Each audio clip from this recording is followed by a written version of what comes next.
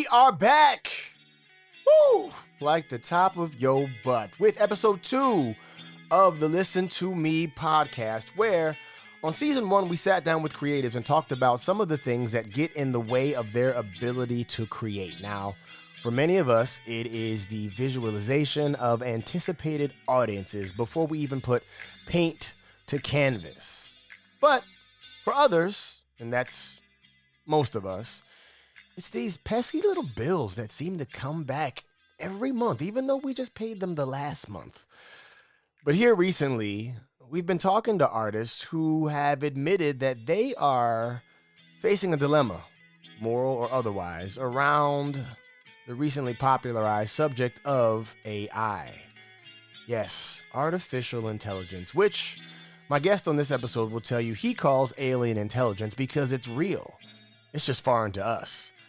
And it's foreign to us because we don't know enough about it. And yet, we're afraid of it and unwilling to learn. Well, at the time of this recording, there were limitations that have already outpaced expectations. But that's not what we're here to talk about. What we're talking about in this episode, as I sit down with my brother and frequent collaborator, Jidenna, who has become a thought leader in the space, by the way. We're here to talk about the fears, the pivot. And of course, there's a hilarious round of rapid fire that I promise you is worth sticking around for. But all of this happens right here on episode 2 of the Listen to Me podcast. So what I need for you to do is like, comment, share, and subscribe. If you like it, share it. If you hate it, share it anyway and just talk bad about it. No, actually, don't talk bad about it, but do talk about it. And if you don't, that's fine, because even if you weren't watching, I'd be doing this anyway. But on this episode 2 of the Listen to Me podcast, I'm sure there's something here for every one of you that's listening. Here now, episode 2 with my brother Jidenna, the Listen to Me podcast. Identity is a prison that none of us are free from. We spend our entire lives building it, lock ourselves in, and throw away the key. So I have a show idea, and I have what I don't remember, Awkward Black Girl, first season, probably like 6. YouTube. Yeah. You'd go on YouTube, you'd hire your friends, you'd use AI, and you'd get it done. But they wouldn't just be acting, they'd be prompting. And that's how you prompt like a 20-minute episode. But the barrier there is they have to know how to prompt. The thing that made that easy is they just had to go on and be themselves. Issa knew how to make people do things that they didn't know they could do. So she would do the prompting. She would prompt, but she would the way. She would teach them. People would apprentice along the way. Yeah, they didn't know how to act. She was just like, you can act. She told me I could act. I didn't know how to act technically. So I don't think that's 1-to-1. What, prompting and really? No. Prompting is a quantifiable skill that if you don't do it right, there's no product. You don't think that's the same with acting? How many actors on TV that ain't doing it right now? A lot. Prompting is like writing to me. Like if you don't put the prompt in, you don't get the result, and you cannot. Like if I put a prompt, this is my limited understanding because you obviously right. I'm 3 weeks in and really just 7 hours in one session to be honest, right? But like if I put the prompt in and I don't put it in correctly, then the product does not. It only does what I tell it to do. Yes. When I get on camera, if I say this line, the audience might not believe me, but I've acted. But no, you haven't acted. Why not? The whole point of acting is that people forget that you're acting. That can't be the whole point of acting for producers that are putting stuff on TV right now.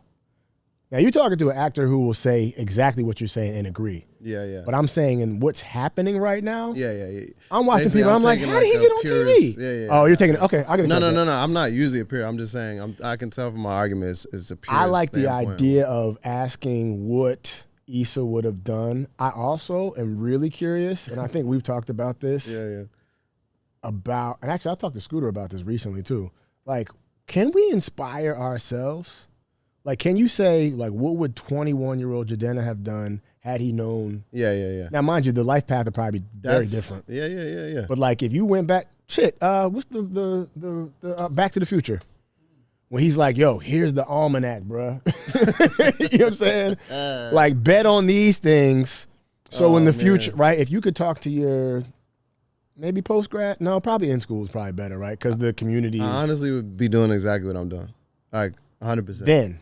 Right now. Oh, that then. No. When I imagine myself at 16 or 21 right now, I'm doing what I'd be doing. Oh, well, that's good. I know that for sure. Everything I'm doing. Everything, 100%. Right now and everything that led to it? Nah, I try to forget about that. I start having the regrets and all that. I'm just imagining that I'm like 16 or 21 right now. But didn't I'm gonna call it the pivot because I don't want to waste time trying to figure out how to to author it differently. But didn't a part of the experiences that ultimately led to the pivot or the adoption of additional career trajectory have everything to do with what you did? Like, do you think? Yes. Yes. Yeah. So, what I'm hearing is that because some things work out and some things don't, you start pivoting. Absolutely. That's the whole point of a pivot foot. It didn't work out. You drove one way. Picked up the ball. Absolutely. I was watching SGA play the other day. I'm like, yo, that boy. But you know how sometimes you be fooling yourself thinking you could guard somebody. I'm like, man, if he was in front of me, I could guard. Because you're watching from the TV. Crazy. Yeah, I could see everything he's gonna shoot. He's shooting. Why don't they see that? Why don't they see that? He does the same thing each time. So I was watching and I'm like, what makes him so special? And I'm just looking at his feet. Actually, a lot of people think it's handles. Kyrie's feet, Steph Curry's feet, SGA's feet. Anthony Edwards' feet, the pivot foot, it didn't work out the way they thought. They cross jab, boom, here he is. Oh, he caught up to you. Pivot, boom, back because here. You don't have a pivot in a free dribble. Absolutely. The pivot only becomes pivot once you've established that you are no longer dribbling. Moving. Absolutely. You're no longer, and it looks like there's nowhere to go, but you went the other way, the exact opposite. All right, so let's get into that then, okay? Yes. So the other day I was watching these young kids learn how to do layups. Like, young, like, I wasn't like on a young kid layup channel. It just came across. All right, so, not that there would be a problem with that. It's always weird when you say you're watching young kids, because there's no answer. Yeah, unless you say get older. Or like, what could it be? Anyway, talk to their parents. I was watching young kids talk to their parents with permission slips. It's a channel I subscribe to. Oh, man. And they were teaching these kids how to do layups. And the way that they were doing it was they were having the kids hop off of whatever their preferred foot was and give high fives. Oh, that's brilliant. Bruh, I was watching that like, yo, that's because the idea of like how many steps you have and the whole mechanics of it is just weird until you give somebody like in the ball and there's so many things you're trying to accomplish that you think makes it successful. It's like, no, give a high five, which you can do easily and you're excited about. Wow. And there's an accomplishable, like definable goal that you can achieve, right? Wow. And then just hop. And I thought to myself about how easy it is to teach somebody in that moment how to use that skill someplace else. Is there a way to teach somebody, to your point, how to prepare for, develop, and employ the pivot without redirection? Because I mean, if the pivot only becomes available after something doesn't work out, then you're teaching people to fail. And the only way to really do that is for them to fail. Yeah, I mean, or simulate failure. Okay. Or like fail earlier, fail fast, or fail small. Like a small little simulation. Is there a way? Yeah, I think so. I'm usually trying to find that, like especially working with people in the AI field, like a prompt. You imagine something in your mind. I want you to fail quick. So that's why I'll just throw you. Can you take a step back for a second? Yes. I know we just jumped right into it. You're right. Okay. And not 3 steps back. Who is your daddy? Just one. What does he do? Yeah, I know. I got it. Just this morning, what'd you have for breakfast? I didn't have breakfast. Okay, cool. Now that establishes so much character. We don't got to go any deeper in that. Okay. Actually, my breakfast is right here, folks. Prompt. What's a prompt? A prompt is a phrase or a sentence that essentially acts like code to communicate to the AI engine what you want to happen. It's just like a prompt in English or grammar. It's the beginning of a sentence that can prompt something or somebody to take action. So a prompt engineer is somebody who engineers sentences or paragraphs to make a character appear in visual arts, or to make a magazine cover, or you can prompt anything really these days. You can prompt an app, A prompt is stating your desires clearly. so that an AI engine can understand and make it happen. Do you assume that this AI or this engine has limitation when giving this prompt, or is this a part of like the process of failing? I assume it has limitations. Every AI engine has limitations, and it also has tendencies. But I assume that I can communicate well. The tendencies are based upon its experience. The tendencies are based upon the data set that it has already analyzed. Because there's the conversation around an understanding, and I know we talked about the pivot, and I respect that the pivot takes place, but I think something about it is a little bit more pejorative in this context than I appreciate. You're right, because like I just finished my first screenplay. I did not, right? But like I did not set out. That wasn't like, my goal as a kid. And there are a lot of reasons why I was able to do that, why that became available, why I availed myself that opportunity, right? But that aside, recognizing that you did not set out to be as immersed and capable and also teaching, thank you, and sharing, thank you, what you're doing in this space, that wasn't an initial desire, but have always been a teacher, have always been a learner, have always been a chief and an MC in whatever ways that has shown up, right? A leader in that way. The idea behind using this new frontier is, for some people, scary. And scary in the way, we were just talking to our boy a second ago, showing him some of the stuff. And he was flippant when he said it, but he was like, that's the devil. Yeah. And I was like, yeah. And then like, but you want to dance with him, right? That's the thing that people kind of go through. When we get that initial prompt from, I don't know, Siri or whomever, and it's like, do you want to share your data? And you're like, I'm not, what? I'm not, they going to have my face, bro. They have it already. Right. And then you start thinking through the things that you shouldn't be limited by or scared of that limit you. Yeah. That space that that gap you've quickly closed, how do you find yourself responding to the tendencies and limitations that an AI engine might have versus what it is that you want to accomplish with it? How do I respond when I encounter resistance? Yeah. One thing I've always been afraid of is just not being smart enough, not being able to conquer something, not being able to solve a problem. I was such a quiet kid. Man, we were talking about that earlier. Yeah, we were, weren't we? But it's the stubbornness. Like I was trying to put the mount on the camera, and he was like, "Bro, I got it." I was like, "You're like, nah. I got it. I got it. I'm gotta figure this out and finish it." Yeah. I mean, I have a fear of not finishing things. I have a fear of just not being smart. I remember like when I went from public school to private school as a child, it was such a huge leap, bro. I had no idea what private school was except from like Fresh Prince of Bel-Air. So I'm like, okay, I'm going to his school. Cool. I think I know what it looks like. It's going to be Carlton's running around. I remember going to school the first day. We were in 7th grade, or 8th grade, and this student used the word magnanimous in a sentence for no reason, bro, just casually. Parents used it on. No idea what that was. Yeah. You didn't or he didn't? I didn't. I didn't know what that was. So I went home and learned what that was. Of course. And I used it the next day. Of course. In the last 5 minutes of class, so I got that participation. That feeling where I want to conquer, where I want to, not conquer, that's the wrong word, where I want to win, where I want to make sure that I can win. That's what I feel with anything, and definitely in the AI prompting world. I don't want to let my lack of communication defeat me. It can understand me, but maybe I need to use a different word. Maybe an emboss or a deboss is too complex. Maybe this system engine was made where, it was made in China.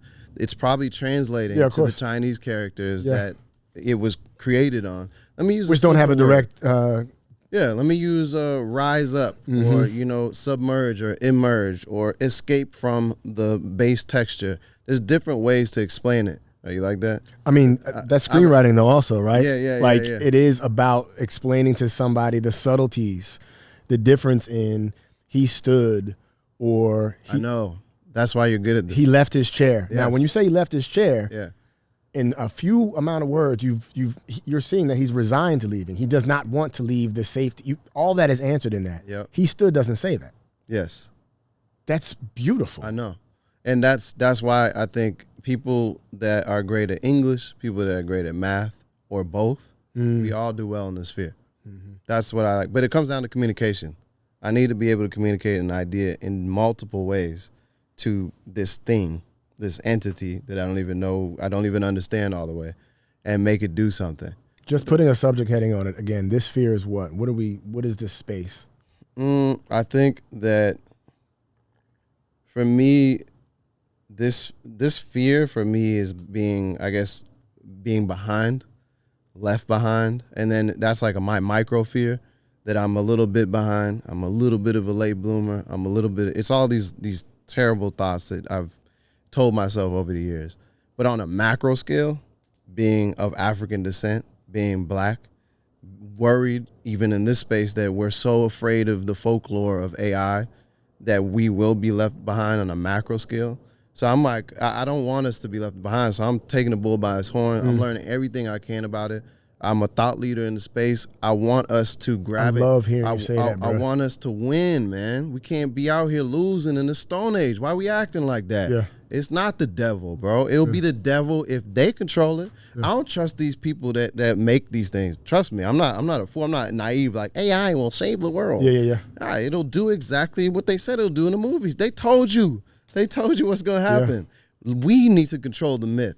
Until we control film and until we control the tech sector, or at least have a high enough stake where we matter, where people are racing against us, and it's not just Chinese and the U.S. racing against each other, but us, people of African descent. Until we have that, we will be left behind. So that's my fear, man. Macro, micro, seeing my father, who was, as you know, computer scientist, engineer, his mind was ahead, but he wasn't funded in the way that some of these other people were funded in the late 70s and 80s. And if he was, we'd be in a whole different world. We'd be in a world where a black computer was commercially produced around the world. But we're not there. So my fear, it's literally generational, but it's also just, a little shy boy trying to make it in a private school. Yeah, I like that. You answered both questions because I was cool, we're done? Yeah, we're done. Yeah. All right, cool, man. I was saying, and that's just me not saying it clearly, I was saying sphere, meaning just define this space. Oh, sphere. But you define the fear, because I was actually about to prompt to the idea that so many of us are afraid of this space. And before we even define what this space is, which in many ways helps us understand the possibilities, it keeps us from even being open to any of it. Yeah, I know. And so we're just like, so many people, like if you think about the same thing happened with, actually I'm not going to mention other things because some of those things didn't add up correctly, but AI is a response to and a category that people are putting everything underneath right now. Right? And a lot of them are our people. We talked about this recently, right? Like it isn't like the 7-year-olds that are afraid of that were afraid of color TV at one point and flat screens, right? It is our people like, no, I don't mess with the AI stuff. You have been for a long time. Like, did you see Avatar? Like, because what you're calling AI was called CGI at the time, and you don't understand the difference and the, I said at some point we just was calling it computers. At some point it was just whatever the technology at the time was. Remember, World Wide Web. Bruh, chat rooms, cyber, away messages. Yeah. You know what I'm saying? Like, voicemails, answering machines, like, and I wonder if a part of, to your point, the people that are creating this, which a lot of this stuff is just denied access because of resources, et cetera, right? But I wonder if a part of the tool that keeps us, people of African descent, from accessing, learning, sharing, believing in it, is to consistently keep us fearful of it. Absolutely. And to think that there is some level of it that's going to keep us from what we want, when really this can help us get to what we want more efficiently, more clearly. Yeah, I think it's a concerted effort to keep us that way, but not just like from the powers that be, yes, but also from ourselves. I think we do that all the time with tech. We always do that. But then when we get our hands on tech, even old tech, we be flipping it so tight. Hip-hop is old tech. You know what I mean? Just flipping vinyls, boom. For me, it was a E-machine or a Dell computer, bro, from Best Buy, bro. Yeah.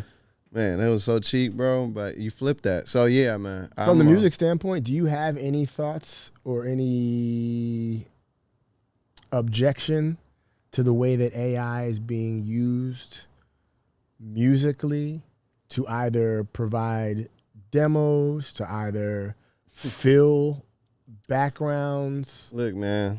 I love when they start off with "look, man." I just feel look, man, you about to get it. Look, this is what I'm saying, bro. On some real shit. Right, bro. These are all prompts, by the way. Nah, man. I think that yes. Do I care about ethics of both music and visual arts? AI being trained, people not getting paid. There is a precedent that's been set with samples, and I think we should follow that same precedent. I do think that if your model was trained on data, it's not just that it was on the internet. It was released by somebody. That's why it's on the internet. It was released by somebody to put time in so that they could get paid for their work. So I do, for the record. Me, though, I'm not going to waste my time with those kind of ethics in a non-ethical time, because Washington's so behind. Human beings are distracted on social media. Our ethics are so slow to evolve right now, and AI is not moving it's moving exponentially. So I'm thinking about the survival of Black people. I'm thinking about survival of poor people, survival of myself, survival of my friends. So I'm not over here trying to be Mr. Ethical right now. I'm trying to survive and hopefully win. That's it. And that's like I have the right to do that. That's a baseline human desire. I'm not even thinking about that right now. Like, I care, but I care that I survive first. I care that we survive. And then let us survive so that we can determine the ethics. Because right now we over here fighting for what? You just want to be marching the whole time while these people just puppeteering us? Nah, I ain't with that, bro. So not even considering whether or not there's precedent or proxy for this in the past, what I believe, and what you shared with me, I've ascertained, is that there is this tool. There are several tools for which we already have several models, actually in our workplaces right now, right? Yep. That can be manipulated to advance us, that we can use to write stories and create ourselves spaces, not only here, but in the Afro future. And your contention is that it is imperative for us to adopt them, to learn them, to share them. Full stop. Everything else that needs to be litigated around it, any of the morality around it, et cetera, we can do in parallel, but we don't have time to. Well, I'm not an attorney. You know what I'm saying? Let the people let the attorneys amongst us fight for that. They should. We will be there to champion with them and advocate for ourselves. But no, we need to learn simultaneously. So it doesn't negate it. But I'm not going to stop my work. I'm not going to be against the wave or the tide of the times. We got to learn that, bro. When Europeans brought guns around to Africa, bro, some people were like, yeah, I ain't messing with that. That's the devil. Kind of was, but you had to learn to dance with it. Dance with it. Yeah, and then, but the issue was the wrong people amongst us. When some of those ancestors got them guns and started trading us. Nah, bro. So my thought around when you were showing me some of the prompts was like, and of course we've dealt with this on the other side of the camera as well, right? The idea that some of the background actors who we don't know their names, but they pay for their homes I did a commercial a couple weeks ago, and like, I don't know why I hadn't experienced this before, but this background ensemble was a family. And none of them had anything to do other than read their paper, do their crossword puzzles, drink their coffee, knit their things, and stand up and shake their head when they needed to. And they also, copied them later on in the post, right? But they were talking back and forth to the director, and none of their names were on the call sheet. They had more communication with the director than I did because they do background work. Got you. All the time. Got you. 8 hours, 10 hours, 12 hours, every week. Everything you've seen, they're like, we do that. Yeah, this is our niche. Yeah. And I know Robbie, and actually I'm going to take his spot because I know he has to pick up his kids in the OC. You drove from the OC? Like, it's all of that. Kind of like VO actors. Yeah. And so when you start thinking about replacing them potentially because it is safer, The insurance is different. It's more reliable. All the things that you don't have to like contend with, lunch breaks, you know, through these artificial, exactly, all of that, right? When you think about replacing them, that's when we start getting people out on picket lines.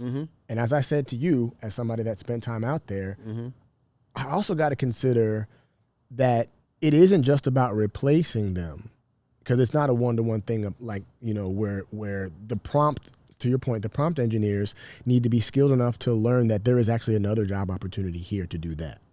Yeah, I mean, yes. Like, so as a background actor, if my thought is, well, I'm about to lose my spot because AI is going to replace me, I'm also thinking, well, maybe I should actually level up. Yeah, bro. I'm sorry, bro. I care, man. I do. I know I sound like I don't. This sounds like when someone says, no offense. I know, no. I'm not racist, but no, I know what I'm saying. I just want to be blunt, bro. Like, we don't need to be. We not in the Obama years. We in the Trump years, and I think because of that, like, you know, the only silver lining I see is some of us have a little bit more license to just speak bluntly about it. Did you always want to, when you grew up, when you was 8 years old, did you always want to be a background actor? Probably not. You probably wanted to be a lead. I see where you go. Or a supporting actor. Guess what? Pivot. Now's your time. Pivot foot, bro. Pivot. You should be all y'all together.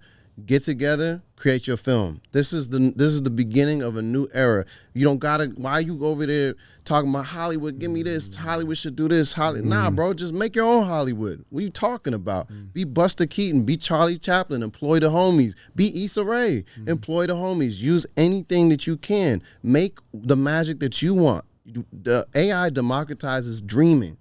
Have your dream. Wake up. Make it happen. Why are you still hanging on to that? Do you really want that? I remember when we was doing it. We was on tour, and I don't know if you remember this moment, but there was a guitarist. He used to always sing louder than me. Oh yeah, I do. Yeah. He used to sing louder than me. Yeah. For the record, I was the lead singer or whatever. You were the lead singer. The lead rapper. Yeah, right. So it was your tour, bro. Okay, so we had this the guy. song. He was the guy. We have now a lot of that's in the mix though too. Nah, you know what I mean? Like, you know what I'm saying? Bailing him out, bro. A lot of that's in the mix. Bro was doing runs over me, man, and I don't have them R&B run chops. So we be singing together, all the guys on the stage, and then here he comes, just singing these runs, bro, over me, crazy. So by the end, like towards the end of the tour, I was like, hey, man, you real talented, bro. You real talented, but we never gonna tour together again because you want to be a lead singer, and you should get from out the background and stop singing over the lead singer. That's what I would say to those background actors. I don't think that they really want, but maybe they're happy that they got their little slice of American pie. But I'm not talking to them. I'm talking to black, brown people. I'm talking to poor people. We can't be sad. We're not on the same timeline as white people. That's not what we should be focusing on. Like, let me get my little slice. No, bro, that's not where we at. We need to create a whole cake. We need to create a whole pie. We have to create the table. And this is how to do it, or this is at least a perspective. So it's not that I don't empathize. It's that I just want them to use their pivot foot. We're gonna take a quick break and come back and ask Jidenna a couple questions about what gets in the way for creatives inside and outside of this space. And then, of course, we're gonna do a little bit of rapid fire if you stick around for that. Throw a couple quick questions at you. Maybe throw another log on the fire, because rapid fire is always better when there's flames, right? Man, it's so good, right? I mean, look, I talk to him all the time, and he's wicked smart. But I'm just really thankful that you all are getting to witness this conversation. Okay, so we'll be right back. I got to throw another log on the fire, but I promise we'll be back with some heat. You see what I did there? The pun's wild. We got to pay some bills. And fortunately, the products that are paying for this episode come straight out of the Listen to Me studios. But nonetheless, they are worth your attention. And I promise you, if you come back, it's worth your time. We'll be back with segment 2 with Jidenna here on the Listen to Me podcast. And now the people that pay the bills want you to pay attention. OCO celebrates the quiet determination of kids who set their own bars before meeting the world, the parents who made intentional choices or navigated unexpected paths to create their perfect families, and the beautiful truth that sometimes one is exactly enough. 20 and 30% of all American households are a one-child home. I want those only children to have an opportunity to be confident about who they are. We're reclaiming the narrative around only children, because in the Olympics of life, competing with yourself can lead to the most meaningful victories. Of the things that get in the way of our ability to create, many of which we can't even begin to anticipate, I'll name one: wildfires. You know, like all my hard drives and my computer and my cameras and 3 black hoodies were in the car for like 3.5 weeks. And then after they came back in, I just couldn't. That's a legitimate thing that has nothing to do with when the mortgages due, right? Which is, I talked to Jorgie about this, which some of us use our creativity to make money so we can make space for ourselves to do other things, right? That's a real obstacle. That's not made up. That's not my, that's not me getting in the way of myself. That's a real thing that happened. Apart from those kinds of things where we tell ourselves, hey, we either have to finish this to make money so we can make space, we have to sell this song or this book or this movie so that we can like slide the one past the goalie so we can make the real content that they would never purchase, so we can get in the studio and then really like just blow shit up. Or the obstacle that says, hey, I'm not in the space to do this because I told myself, as an artist, I start too many things. I have too many tabs open. I got to finish this thing before I start the other. Throw something else on the fire. What else gets in the way, not just for you, but that you've seen for others that make people say, I'm arresting my ability to move forward with a project. I'm not able to create because I have trouble giving myself the freedom to dream about because. I have trouble giving myself the space to dream about X because I've compared X to Y. I've compared my work to someone else. One of the greatest things I think you can do is study, and one of the greatest things you can do is not study. Like, just throw out all the notes. Don't look at nothing. Don't look at nothing. Nothing, bro. The 6 hours we spent the other day just creating that scene, like it was, if you think about it, it was partial study and then partial just like being boys in a sandbox. The study was you already had a script, which you've studied for years to be able to, and you were writing another one on the spot, by the way. Then, which we decided not to do because we were like, then we scrapped it. So all that is study. That's like wisdom and knowledge. The other part, and then me coming in like, okay, we can use AI to do this. And this is going to take this amount of time. So But then the other part was like, what are we doing? No idea. No idea. This is awesome. Which was the most fun of the whole thing. Yeah. Right? Where's this going? It's 12 o'clock. Let's make some coffee. Why? We're going to be up. Let's just try. What are we going to use this for? No idea. Do it. Yeah, no, it was really that energy. Yeah, that right there is like, that's what I'm talking about. That mixture, that can get you somewhere. But people forget one half. And usually some young people, they forget to study. Some older people or middle age or millennials now, wherever the hell we are in that bracket, we forget to just not study, to not compare, to not go on social media, don't watch the film. Don't do the things the way that director did. Break convention. Just break it, man. Or don't even know the convention. Just do the thing. That's how you get that's how music genres, that's how film genres evolve in different countries because they didn't have as much access to, like, let's say American TV or radio. So they couldn't study as much. So now, why are they hanging on these shots so long? We don't do that in American film. That's crazy. The French sent them 20 seconds on that shot. We would never do that. Well, maybe they didn't watch our films as much. That's okay. Why are they playing the drums like that? Like, we don't do our drums like that. Well, they didn't listen to as much of your music as they did their own. Now they have their own genre. So I think that's the thing that I try to do, like both turn on and shut off, rest in motion, don't listen, then listen. I think people forget how seasonal we are as human beings. So they forget to have a winter.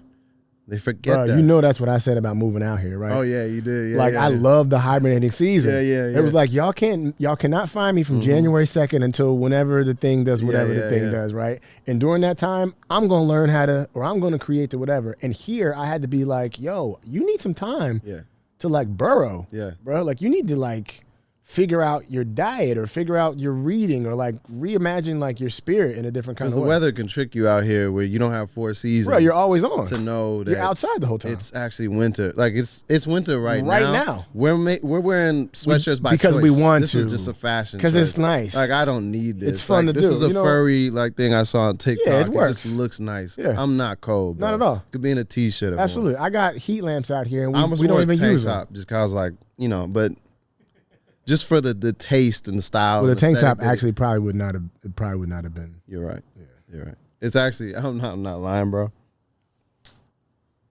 It's You underneath. do have a tank top on. It's underneath. Yeah. Yeah. It was a choice.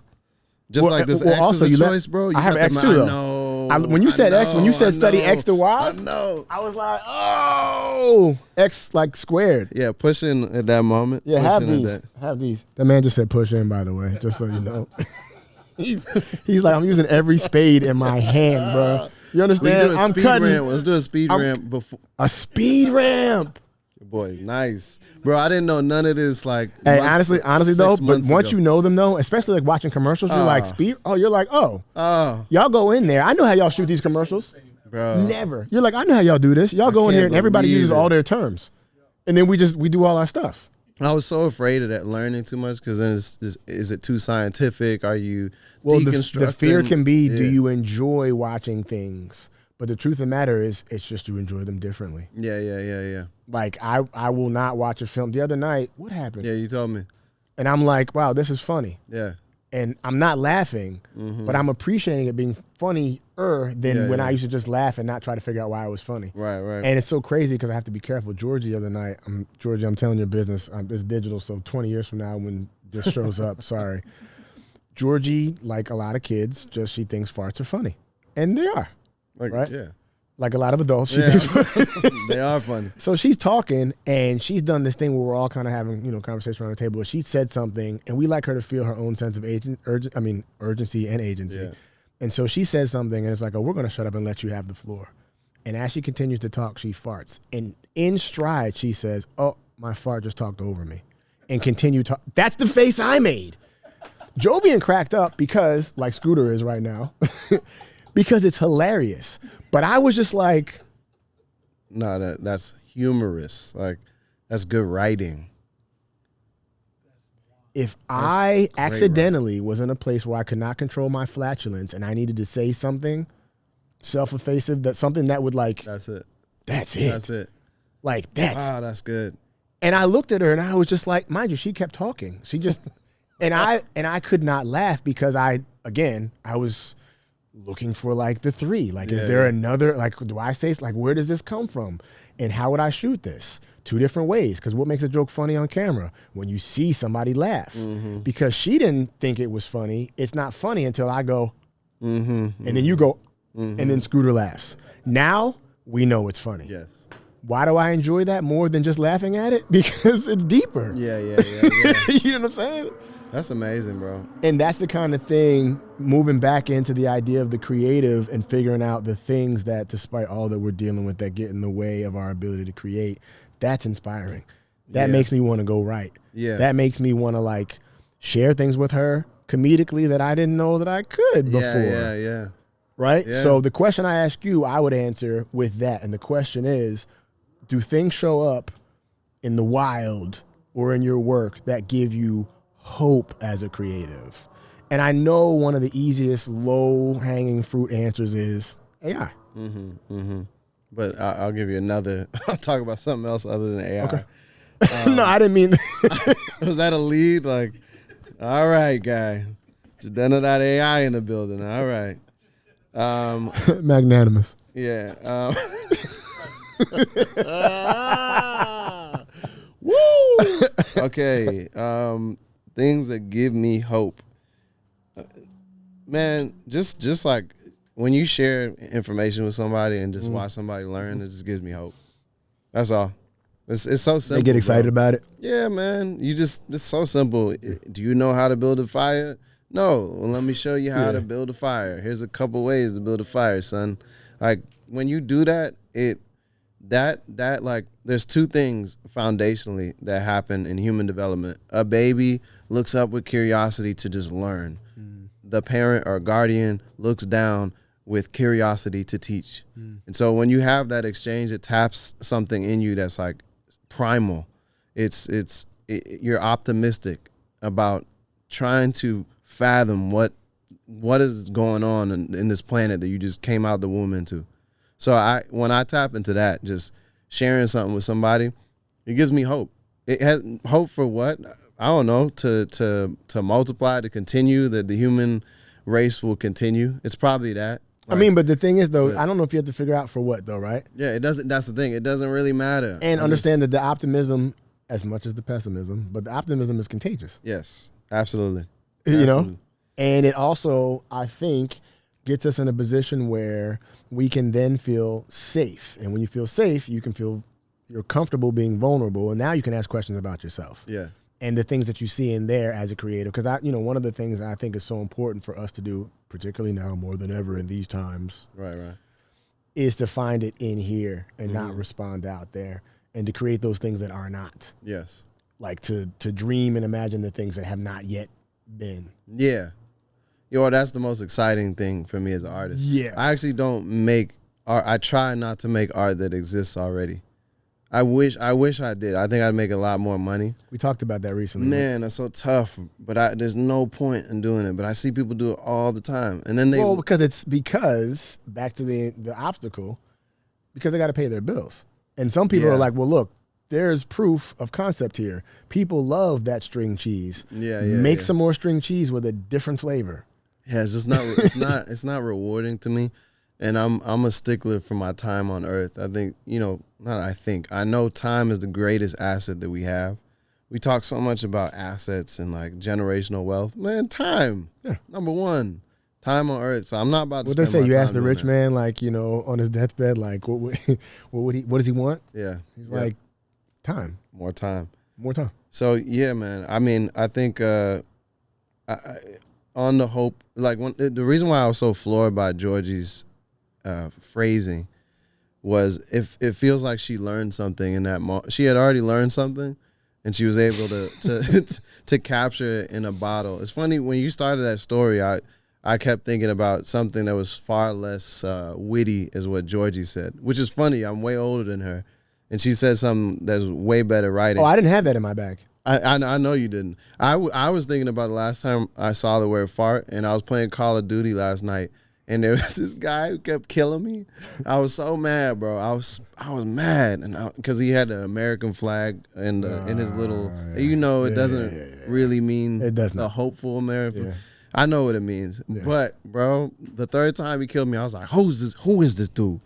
And I looked up, and his name was World of Farts, and I just started dying. Tough to be mad. I was fine. I still started dying, sitting there. I was like, "World of Farts." Yeah. That is funny. And that actually is proof that farts, even amidst like exactly. That was what I was thinking about, bro.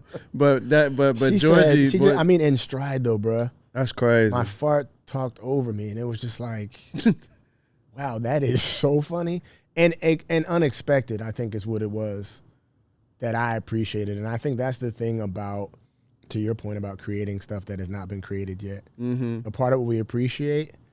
Even with laughing, right? Yeah. Like we don't, hell, a knock-knock joke. Yeah. Like it's like, what's it gonna be? Yeah. Like, I'm excited about where this is going. Yeah. You know what I mean? Or a horror movie. Where's they're so funny. Where's the killer? This is funny because why is she going in there right now? Oh my God. Yeah. And I'm laughing because I'm nervous, but this is fun to do, right? Speaking of fun to do. Oh. Rapid fire questions.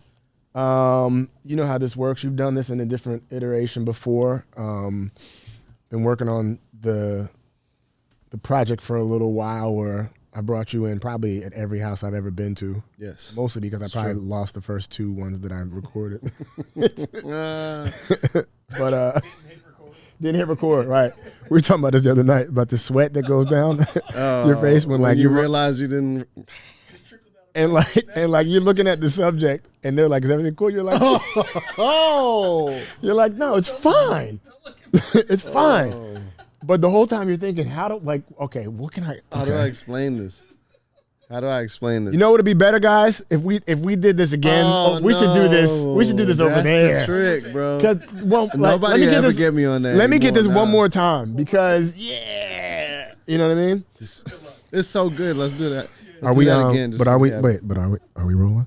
Oh man, did we get any of this? Okay. Yeah, now that I'm on the other end, I realize like what it feels like. But I was never on the other end, so I'd always be like, "How do you forget everybody I ever work with?" It informs both sides, though. The red button.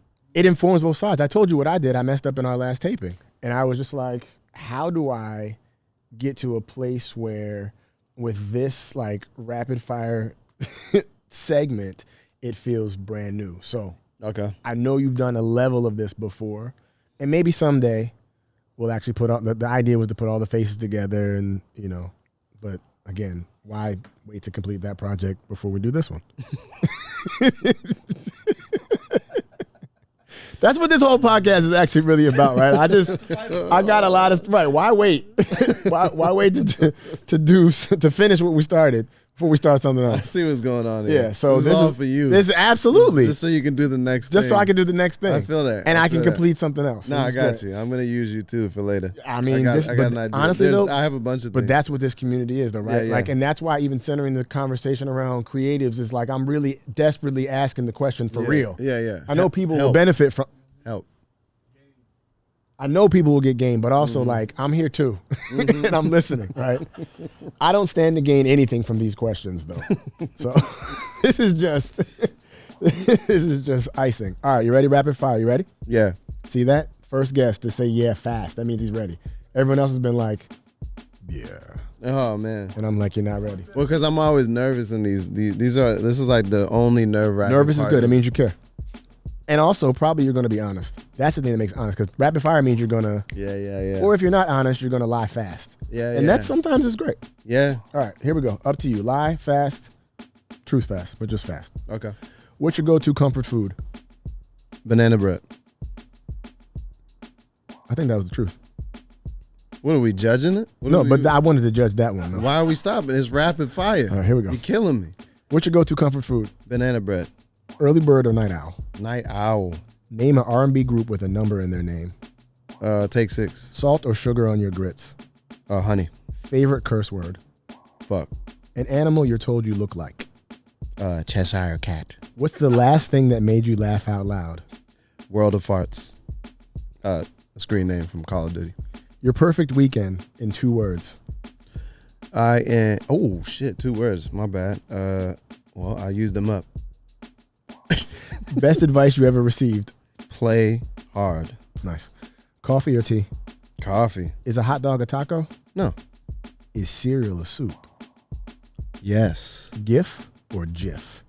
GIF. An album that changed your life? Black on Both Sides. A book that changed your life? Malcolm X. Name a song that you know all the words to. Zimbabwe by Bob Marley. What's one word most people would use to describe you? Curious. What's one word you would use to describe yourself? Determined. Go-to outfit? Hoodie and sweats. Which side of the road do you drive on? Right side in America. If you had to describe yourself with one color, what would it be? Olive green. I love that. I always feel like I learned something about myself. That's the thing, right? We both do that. And also, at the end, you're like, yeah, that's right. Right? Well, you know, those rapid fires affirm your identity, and your identity loves that. Yeah. I read a quote the other day. It was so good. Let me read it. This is if I can find this, man. I actually don't want to share this, but I'm going to. But I kind of you don't want to share it because you kind of like don't want people to have it yet. Yeah, I know that feeling. I know. You know what mine was the other day while you're looking? I think I might have put it in the barbershop chat. It was, even though it wasn't even my quote, right? It was Die Empty, Jazzy Jeff. Oh, wow. He was like, die empty. Wow. And I was like, that's right. Yeah, that's it. Well, that's the biggest fear of mine is like not dying empty. Bro, I literally everything on your hard drive, everything on the cloud. Before it was even done, I sent my screenplay to Jorgie. I was like, and I didn't tell her this, but part of me was like, just in case. Yeah. You know what I'm saying? Like, absolutely. I'm gonna read this, but I hope it maybe bleep it out later. I don't know. I'm just gonna read it because I just want to share. I hate that I'm giving this to you. Before you share it, go ahead. Before you share it, I want to say that when I said what's a song you knew all the words to, I had to stop myself from laughing because I knew it wasn't going to be one of your songs. Oh, yeah. It's the funny thing is I didn't even think about any of my That's songs. what I'm saying. It's so funny. I think that's hilarious. And I understand better now. I remember when we used to do shows with the Great Purple one, and there would be a teleprompter up there. And I'd be like, who's he got a teleprompter for? Bro, he's got a lot on his mind. You know what I'm saying? You sing this song every day in the shower. He doesn't. Man. You know what I should have said was Black Thought Web. Oh, man. And it weighs a ton. Read G's motherfucker. I'm a son of a gun. I'm not even going to go in it. Man. We do this all the time. All the time. It's like an annual thing. It is. It's a workout. There's a mic and we had like one I think because the mic feels like you're supposed to. You know what I'm saying? That's why I'm not doing it because I can't really grip it. And the chord too. The chord. And he talks about it. Yeah. All right. Identity is a prison that none of us are free from. We spend our entire lives building it, lock ourselves in, and throw away the key. Identity is a prison that none of us are free from. We spend our entire lives building it, lock ourselves in, and throw away the key. Mm-hmm. It was written by a man that was in prison for years, and he got out. He used meditation to kind of, deal with his circumstances, but he understood what identity is, and so like those rapid fire questions, my identity loves that. Yes. The trick is though to not always feed your identity, to starve it sometimes so that it reinvents itself. Well, yeah, because some of the questions answered now, which is also interesting, having done this exercise, not the same questions, with you at different times, will provide different answers. True. I mean, something as simple as a book that changed your life. It might be the book you read last week. Right. Or you might start using salt instead of honey, or whatever the case might be. Yeah. Which is why I enjoy watching people, even more than the answers, which are just funny, right? Yeah. But I enjoy watching people sit next to me and watch themselves answer the question. Yeah. Which I think as creatives is the thing that we all have to get to the place of, right? Yeah. Instead of waiting for the judgment and the permission, back to being inspired by your 16 or 21-year-old self, like envy that person in a way who is you also, right? And say, hey, look at this opportunity that you have. And being able to really inspire yourself with that is kind of the road that I want us all to travel. Yeah, I think we on it. My dude, appreciate you. All right, bro. Special thanks to my guest, Jidenna, who can be found online under the same name. That is his name and his sobriquet, and he's worth the follow. You may know him from music, but he's also the moment, and that moment is definitely moving fast. Huge thanks to the Listen to Me team, and especially Ibrahim Scooter Golden for being the Edward Scooter hands of the pod and getting us chopped like the back chair at Yusef's. Thanks to Jovian for, everything. Thanks to Steffi Teixeira for spending time with Jorgie while we got some work done. And huge thanks to our sponsors. Though we remain unsullied, we know you're on the way. This project was born, built, and produced by Listen to Me Productions. From voice memo to masterpiece, we can help you build the stage your story deserves. At Listen to Me, we close the gap between the idea and the execution. So whether you need writing, DJing, audio engineering, creative direction, acting, coaching, hosting, hustle, or full production management, we bring the vibe and the logistics. We know the tools, we speak the language. And honestly, we make the process a lot of fun and real human. So hit us up at Listen to Me Productions on Instagram or listentome.com. And of course, if you liked it, share it. If you loved it, subscribe to it. And if you really were touched by it, get us in the comments. Let us know how it felt. We'll see you next time on the Listen to Me podcast.